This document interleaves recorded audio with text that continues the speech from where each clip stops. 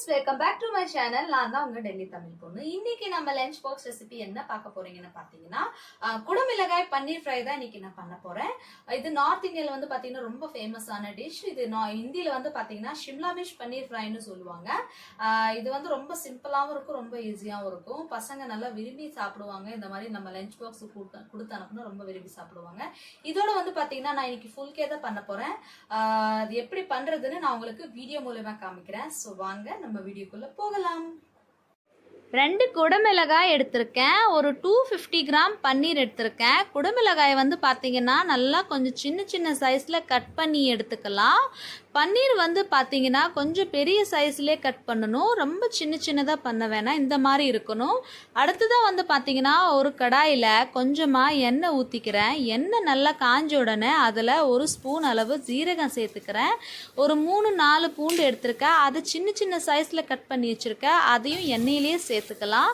அதுக்கப்புறம் ஒரு பெரிய வெங்காயம், அதையும் நல்லா சேர்த்து கிளறி எடுத்துக்கலாம். வெங்காயத்தோட கலர் மாற வரைக்கும் நல்லா கிளறி எடுத்துக்கலாம்.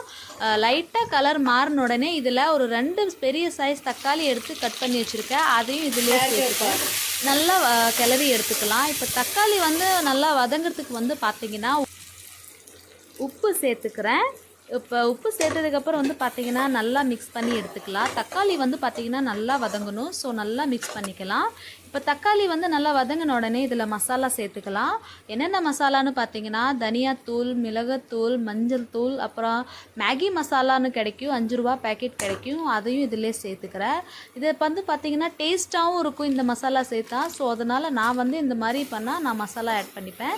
ஸோ நீங்களும் இந்த மாதிரி ஆட் பண்ணி பாருங்கள், ரொம்ப டேஸ்ட்டாக இருக்கும். இப்போ வந்து பார்த்திங்கன்னா மசாலாவும் தக்காளியும் நல்லா பச்சை வாசனை போகிற வரைக்கும் நல்லா வதங்கியாச்சு. இப்போ அடுத்ததாக வந்து பார்த்திங்கன்னா குடமிளகாயை கட் பண்ணி வச்சுருக்கோம்ல, அதையும் இதிலே சேர்த்துக்கலாம். நல்லா வாஷ் பண்ணி எடுத்துக்கிட்டேன். இப்போ அதையும் சேர்த்து நல்லா கிளறி எடுத்துக்கலாம். இப்போ நம்ம மூடி போட்டு நல்லா மூடி வச்சு இப்போ நல்லா குக் பண்ணி எடுத்துக்கலாம்.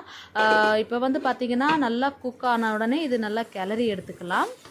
அடுத்ததாக வந்து பார்த்திங்கன்னா கட் பண்ணி வச்சுருக்க அந்த பன்னீரையும் இதிலே சேர்த்துக்கலாம். பன்னீர் சேர்த்த உடனே வந்து பார்த்திங்கன்னா நல்லா கிளறி ஒரு 10 நிமிஷம் 15 நிமிஷம் வரைக்கும் நல்லா குக் பண்ணால் போதும். ஓவர் குக் வேணால், அதுலேயே நல்லா குக் ஆயிரும். ஸோ இது நல்லா மிக்ஸ் பண்ணி நம்ம குக் பண்ணி எடுத்துக்கலாம்.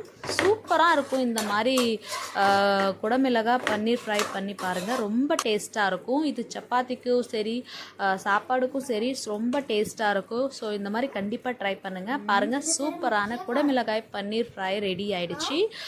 பசங்க நல்லா விரும்பி சாப்பிடுவாங்க. ஸோ கண்டிப்பாக ட்ரை பண்ணுங்கள். அடுத்ததாக வந்து பார்த்திங்கன்னா ஃபுல் கேக் ரெடி பண்ணிக்கலாம். ஒரு 1.5 கப் அளவு நான் மாவு எடுத்திருக்கேன். அதுக்கப்புறம் அதில் கொஞ்சமாக உப்பு சேர்த்து நல்லா மிக்ஸ் பண்ணிக்கிறேன். அதுக்கப்புறம் கொஞ்சம் கொஞ்சமாக தண்ணி ஆட் பண்ணி நல்லா சப்பாத்திக்கு நல்லா மாவு பிசைஞ்சு எடுத்துக்கலாம். கொஞ்சம் கொஞ்சமாக விடலாம், ஏன்னா ஓவராக விட வேணாம். கொஞ்சம் கொஞ்சமாக விட்டு நல்லா பிசைஞ்சு எடுத்துக்கலாம். இந்த மாதிரி இருக்கணும் பாருங்கள், ரொம்ப ஒட்டாமல் இருக்கணும். அப்போ தான் ஃபுல் கே வந்து ரொம்ப சூப்பராக சாஃப்டாக வரும். இப்போ பார்த்திங்கன்னா மாவு ரெடி ஆகிடுச்சு. இப்போ அடுத்ததான் வந்து பார்த்திங்கன்னா சப்பாத்தி இது உருட்டுறத வந்து நம்ம ஒரு சைஸில் ஒரு லெமன் சைஸில் மாவு எடுத்திருக்கேன். அதை நான் வந்து மாவில் நல்லா டிப் பண்ணி எடுத்து இப்போ ரவுண்ட் ஷேப்பில் திரட்டி எடுத்துக்கிறேன். இந்த மாதிரி கொஞ்சமாக அது மேலே இந்த மாவு வந்து கொஞ்சமாக தூவி அதுக்கப்புறம் நல்லா திரட்டி எடுத்துக்கலாம். இந்த மாதிரி சர்க்கிள் ஷேப்பில் திரட்டி எடுத்துக்கோங்க. இந்த மாதிரி நல்லா பண்ணிங்கன்னா வச்சுக்கோங்க, ஃபுல் கே வந்து சூப்பராக வரும். தவா சூடான உடனே இதில் திரட்டி வச்சுருக்கேன் அந்த சப்பாத்தி எடுத்து சேர்த்துக்கலாம். 2 சைடுமே இந்த மாதிரி கலர் மாறின உடனே வந்து பார்த்திங்கன்னா கேஸில் இந்த மாதிரி சைடில் 2 சைட்லையுமே திருப்பி எடுத்துக்கலாம். பாருங்கள் எவ்வளோ சூப்பராக ஃபுல் கே ரெடி ஆகிடுச்சின்னு பாருங்களேன். அவ்வளோதாங்க, ரொம்ப சிம்பிள் தாங்க ஃபுல் கே பண்ணுறது. சப்பாத்தியும் சரி ஃபுல் கேவும் சரி ரெண்டுமே ரொம்ப டிஃப்ரெண்ட்டாக இருக்கும். அதில் வந்து பார்த்திங்கன்னா நம்ம அப்படியே கல்லுலேயே வச்சு நம்ம 2 சைட்லையுமே எண்ணெய் ஊற்றி எடுத்துப்போம். இதில் வந்து இந்த மாதிரி கேஸில் வச்சு 2 சைடும் திருப்பி எடுத்துக்கலாம். அதுக்கப்புறம் கொஞ்சமாக வந்து பார்த்திங்கன்னா நான் நெய் அப்ளை பண்ணிவிட்டேன். எல்லா இடத்துலையுமே ஸ்ப்ரெட் பண்ணியாச்சு. இப்போ இன்றைக்கி லஞ்ச் இது தாங்க. இந்த ரெசிபி உங்களுக்கு பிடிச்சிருந்ததுன்னா மறக்காமல் லைக் பண்ணுங்கள், கமெண்ட் பண்ணுங்கள், ஷேர் பண்ணுங்கள். என்னோடய சேனலுக்கு புதுசுன்னா மறக்காமல் சப்ஸ்கிரைப் பண்ணிடுங்க ஃப்ரெண்ட்ஸ்.